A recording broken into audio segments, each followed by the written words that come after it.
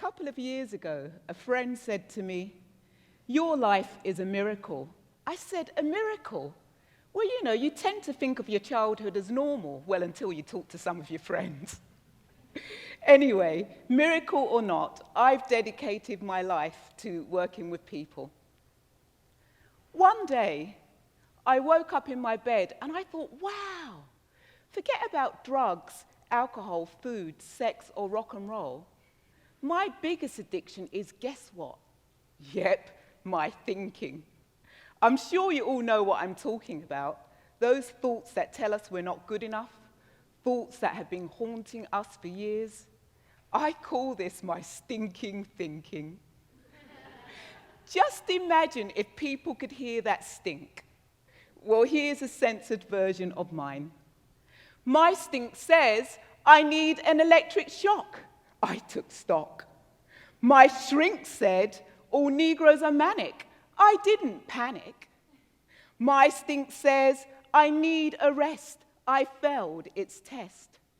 My shrink says, all Negroes are aggressive. I let him live. My shrink said, I should be grateful. I was resentful. My shrink says, I've got marijuana psychosis. I smoked his prognosis.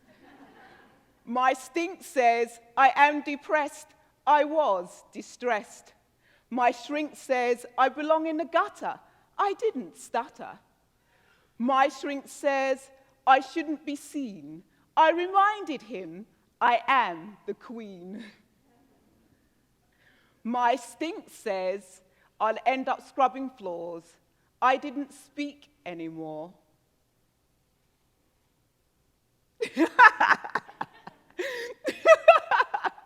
My shrink says, I need pills. I need pills. I pushed him off the hill. The shrink in this poem represents all the people in my life who have bullied me from childhood into adulthood, from the people who raised me, who called me gruesome, to the people who physically, mentally, sexually bullied me, to my peers who would chant in my face, "Wagamatta, are you all white? Oh, nigger mind, go black home and eat your cornflakes and you'll be all white in the morning. You will. Go black home and eat your Sambo flakes and you'll be all white. Promise." I was bullied so much that I began bullying myself to the extent I first tried to take my life aged 12, again a year later, and was lucky to survive my third attempt aged 18. I'm one of those kids who was fostered at 6 weeks and placed in several foster homes. Age 4, I was placed into an orphanage. Aged 11, I was sent to live with my biological mother. I was taken away by the police 18 months later. Living on the streets age 15, picked up for shoplifting 6 months later, and placed in a children's prison for 18 months. If you had spoken to some of the adults in my life then and said, that kid there one day will be the author of several books and plays, work as a bully doctor, be awarded an honorary doctorate for her lifetime achievements, they would have laughed in your face. They would have said, absolutely no way. Valerie Mason-John, that kid will end up in the gutter. And you know what? I believed them. I believed all the negative things that people told me. I had to stop bullying myself with the thoughts in my head that told me I was useless, no good, that I was a failure, worthless, because they were keeping me in a rut. I wasn't living, I was surviving. And if that wasn't enough, I continued to bully myself with the chronic disease of anorexia bulimia nervosa. I'm lucky. Some of those kids out there who were bullied by their parents or by other adults or by their siblings or by their peers aren't here to tell their stories today because they took their own lives or because they died of a drug overdose. I'm telling you all of this because I don't want to turn on my computer or my television or a radio or open a newspaper and learn that another young person has died because of bullying, or an adult has taken their life because they were bullied in the home or the workplace. These are inconceivable deaths. You see those people out there living on the streets, people who are homeless, people walking around with mental and emotional disturbances. Many of them were bullied, and we stigmatize them. Our stinking thinking can cause our own or another person's depression, mental illness, or at worst, death. You may be wondering, how did I get to be standing here today when once I was so far away from this place? I was fed up of being a victim, tired of surviving, ready to begin living. I stopped believing those pernicious stories, and I put the weight of those narratives down. You know the ones, the negative, judgmental things that adults told us when we were children, and now we claim them as our own. The stories that put us at the center of everything, and whenever anything goes wrong, it's all about us. It was our fault that our parents walked out on us, our fault that our parents loved some of our siblings better than us, our fault that our parents abused us, our fault that our partner walked out on us, that our kids messed up. The stories that tell us that we should have got that job, we should have known better, should. Stop believing in this negative chatter that makes your life a living hell. We cannot control another person's actions, but we can control our own. We're powerless over the thoughts that enter our heads, but we are responsible for what we do with them. For example, we get that evaluation of our work performance, and we receive 20 excellent glowing remarks.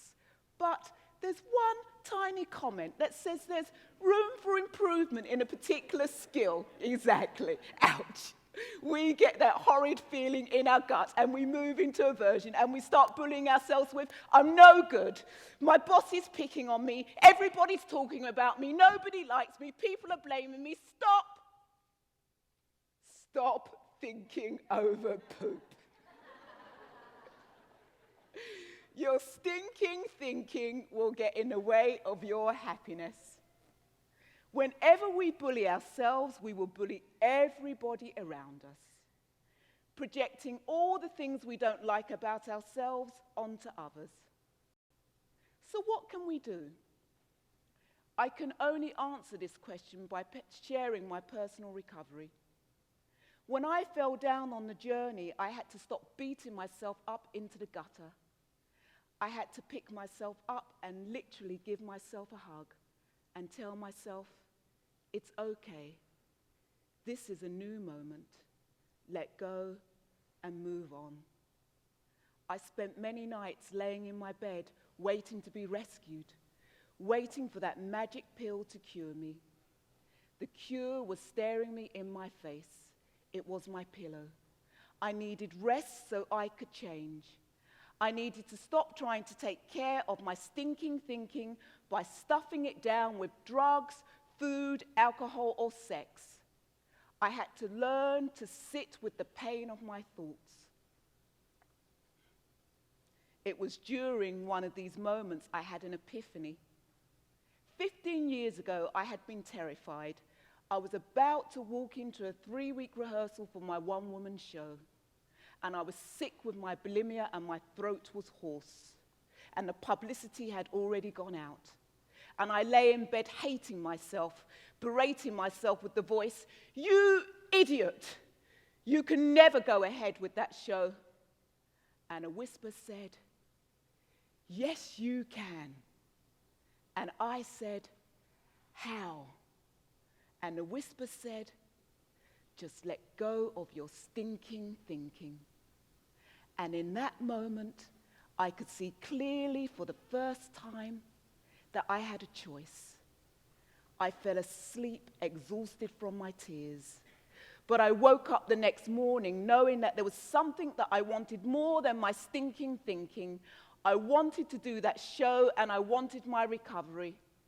But I had to admit that every time I relapsed, every time I had a slip, I was choosing my addiction over my recovery. It was a hard fact to swallow. But yes, of course I had help. That help was the practice of loving kindness. Loving kindness was a salve that healed my heart. I had to learn to love myself by paying attention to my stinking thinking. I had to learn to give myself affection by looking in the mirror with warm, kind, loving eyes. I had to find things to appreciate myself for, but the hardest thing, though, was learning to accept myself, letting go of my self-hatred that was stuck in the past and in the future, and seeing clearly that self-love and acceptance was in this present moment now. I stopped waiting for people in my life to give me that attention, affection, appreciation, and acceptance that I hungered for, because my stinking thinking would make sure it was never enough. But when I learned to give myself loving kindness, it gave me the strength and courage to have my voice to speak out against bullying. I don't care, even if it's somebody in authority who's bullying you. You have to speak out until somebody hears you. It's a myth to say that when we speak out against bullying, it will make it worse. Research proves that when we name it, it will decline. If we don't speak out about bullying, we will continue to bully ourselves with all our self-harming behaviors. When I first learned to speak out about my abusive past, just to one other person, it was enough for me to begin to stop listening to that negative chatter. I heard a whisper that told me, I love you. I am beautiful. I am unique. I am good enough. I made it a habit to tell myself daily until it became like brushing my teeth. Whenever that toxic voice arises today, I don't listen to it and I don't believe it. I just tell myself it's my alarm bell warning me that I'm feeling vulnerable and I need to take care of myself right now. The how was in the pause. I would literally stop and take a deep breath. The breath was the handbrake on my stinking thinking.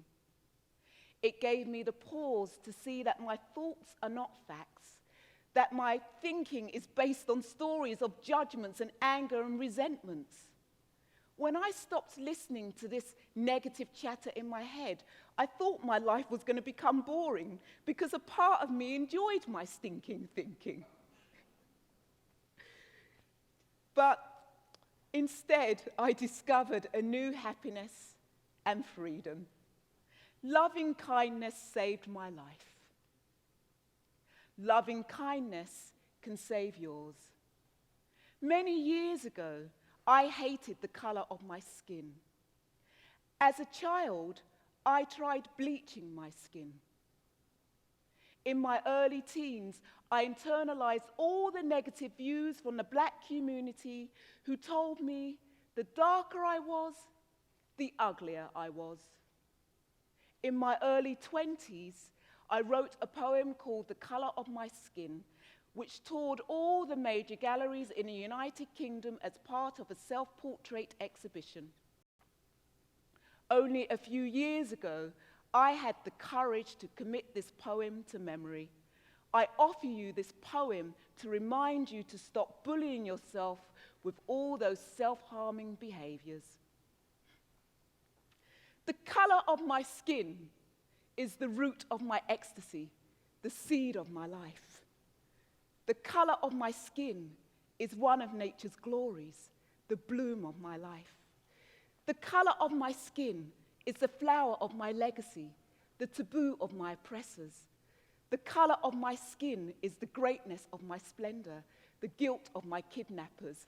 The color of my skin is the celebration of Eden. Black is an omnipotent being, the rejoicing of life. Black, the color of many skins, is nature's own deliberation. The color of my skin is your fear, my strength, your ignorance, my wisdom, your blemish, my beauty. This story isn't just about me. It's a universal story. Bullying affects everyone, from the governments who repeatedly bully another country by saying, if you don't do what I tell you, I will drop a bomb on you, to the child in the playground who repeatedly teases another child, to us who can repeatedly bully ourselves. It's a sad fact that many of us will be bullied or bully ourselves or even be a bully. But it's a myth to say that bullying is innate and there's nothing you can do about it. Bullying is a learned behavior, and behavior can be changed.